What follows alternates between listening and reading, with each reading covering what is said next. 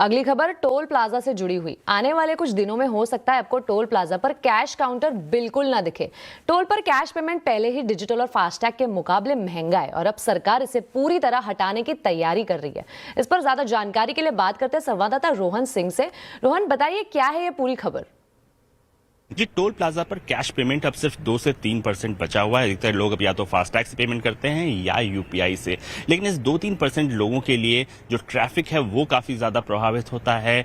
कई बार लोग गलत लेन में आ जाते हैं, कई बार इसकी वजह से काफी देरी होती है और अब सरकार का मानना है कि जो कैश की व्यवस्था है टोल प्लाजा पर उसे पूरी तरह से खत्म करने की जरूरत है। पिछले कुछ समय में जो कुछ कदम उठाए गए, मसलन की जो यूपीआई है, यूपीआई पेमेंट पहले फास्टैग के मुकाबले लगभग 100% ज्यादा था, जिसे कम करके 25% किया गया।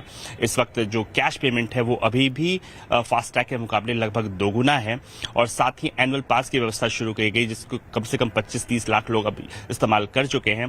जो सूत्र में बता रहे हैं कि ये सारी चीजें प्रिकर्सर था, तैयारियां थी एक कंप्लीटली कैशलेस सिस्टम की टोल प्लाजा पर, और आने वाले कुछ समय में हम कुछ चुनिंदा टोल प्लाजा पर पूरी तरह से कैशलेस सिस्टम देख सकेंगे, जहां पे कैश काउंटर्स पूरी तरह से खत्म कर दिए जाएंगे। इसके लिए जो जरूरी इंफ्रास्ट्रक्चर है उसकी टेस्टिंग हो रही है और अगर जो पायलट प्रोजेक्ट है उसके रिजल्ट सही आते हैं तो सरकार पूरी तरह से कैशलेस टोल पेमेंट को लेकर गाइडलाइन ला सकती है।